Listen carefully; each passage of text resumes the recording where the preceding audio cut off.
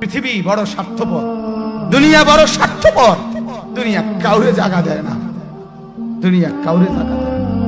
এত মজবুত পাইলিং করে যেই বিল্ডিং বানাইলাম, দুনিয়া তারে থাকতে দেয় না। যা বেটা যা, যা তুই লাথি দিয়া বাড়ি করে যা, কবরে যা, কবরে যা। দুনিয়া কাউরে থাকতে দেয়। দুনিয়া কত ক্ষমতা ধরকে মাটির নিচে ফেলায় দিছে, দুনিয়া কত সম্পদ আলাকে মাটির নিচে ফেলে দিছে, দুনিয়া কত সুন্দরী নারীকে মাটির নিচে ফেলায় দিছে, মাটির সাথে রেজা রেজা করে ফেলছে। আজ আর চেহারা নাই, আজ আর রূপ নাই, আজ আর যৌবন নাই, আজ আর ক্ষমতা নাই। এমন বাদশা ছিল পৃথিবীতে যার হাতের আঙ্গুলের ইশারায় মানুষের গর্দান উড়াইয়া দিত, যার হাতের ইশারায় উঠত মানুষ, বসত মানুষ। আজ বাদশারা নাই, আজ সম্পদওয়ালারা নাই, আজ মালওয়ালারা নাই। দুনিয়া কাউরে থাকতে দেয় না, কাউরে না দোস্ত, কাউরে দেয় না। দুনিয়া দাদারে আমার থাকতে দেয় নাই। আমার দাদারে আমি দেখছি, আজ আমার দাদা নাই। আমার নানারে আমি দেখছি, আমার নানা নাই। আমার দাদিরে আমি দেখছি, আমার দাদি নাই। আমার নানিরে আমি দেখছি, আমার নানি নাই। আমার বাবারে আমি দেখছি, 14 লক্ষ টাকা বাবার পেনশনের আমি সব ডাক্তারের পিছনে খরচ করে ফেলছি, বাড়ির ফসলের জমি বিক্রি করে ফেলছি। আমার বাপ যেন না মরে বারবার বারে হসপিটালে নিছি, কিন্তু দুনিয়া আমার বাপকে থাকতে দেয় নাই। আমার বাপ কবরে চলে গেছে।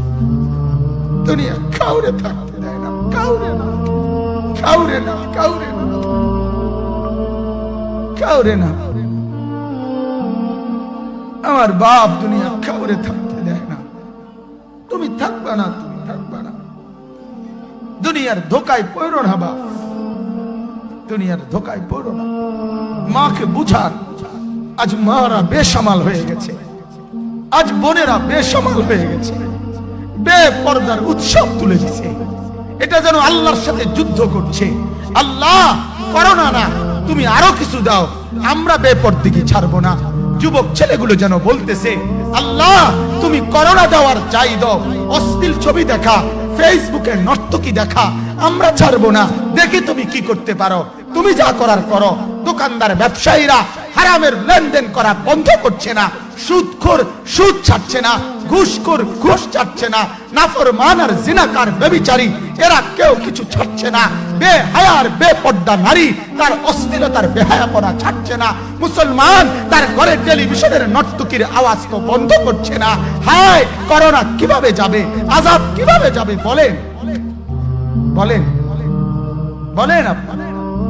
আমার বাপ ফেরাউনের উপরে তো আযাব এতদিন ছিল না, নমরুদের উপরে আযাব এতদিন ছিল না, সাদ্দাদের উপরে আযাব এতদিন ছিল না, কারুনের উপরে আযাব এতদিন ছিল না, লূত আলাইহিস সালামের কওমের উপরে আযাব এতদিন ছিল না, হুদ আলাইহিস সালামের কওমের উপরে আযাব এতদিন ছিল না, নূহ আলাইহিস সালামের কওমের উপরে এতদিন আযাব ছিল না।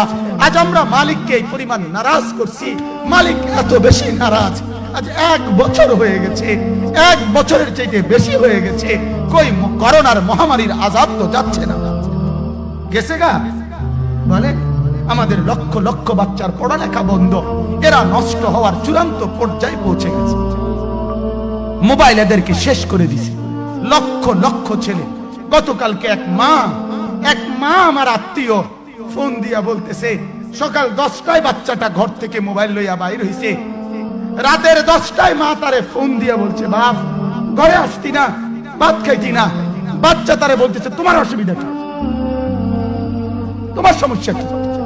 মা এই কথা বইলা কায়দা দিছে যে শোনেন হুজুর কদ্দুর দোয়া করো।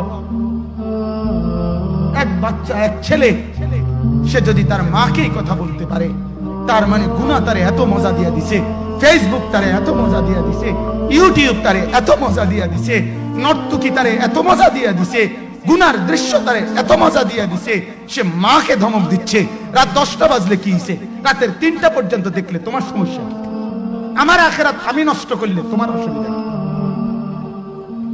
আমার জাহান্নাম আমি ঠিক করে নিলে তোমার সমস্যা কি? আল্লাহ আমাদেরকে মাফ করে দেন, আল্লাহ আমার জাতিকে মাফ করে